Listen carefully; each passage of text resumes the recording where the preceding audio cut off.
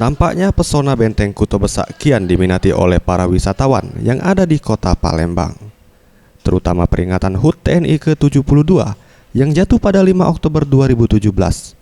Di Benteng Kuto Besak digelar pameran alutsista TNI. Berbagai macam alutsista dipamerkan, mulai dari kendaraan tempur lapis baja seperti mobil dan kapal, kendaraan pengawalan seperti motor dan mobil pengawalan, perlengkapan keamanan seperti rompi anti peluru, helm, dan juga perlengkapan memanjat, hingga berbagai macam senjata mulai dari laras pendek, laras panjang hingga mortar turut dipamerkan. Dalam pameran ini, para pengunjung dibebaskan untuk berfoto ria bersama alutsista yang dipamerkan, tidak terkecuali untuk menaiki kendaraan lapis baja.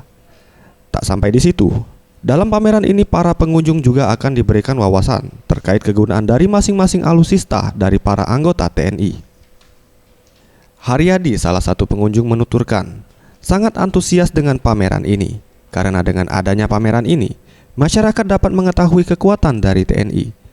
Sebagai masyarakat, ia berharap TNI dapat lebih memperkokoh alutsista untuk perairan, mengingat Indonesia merupakan negara kepulauan. Saya kira karena kita negara kepulauan, jadi untuk fasilitas yang lain juga harus kita tambah, terutama kendaraan air. Sementara itu, Fatoni, pengunjung lainnya, menyampaikan pameran ini sangat diperlukan bagi masyarakat karena dapat menambah pengetahuan masyarakat terkait kekuatan TNI. Selain itu, pameran ini juga dapat dimanfaatkan bagi para pemuda untuk memperluas wawasan terkait kemiliteran. Kondisi dan keadaan tentara nasional Indonesia, bagaimana kekuatan yang dimiliki, dan juga menambah pengetahuan bagi masyarakat, terutama generasi muda. Anugerah Sandi Pratama, Sriwijaya TV.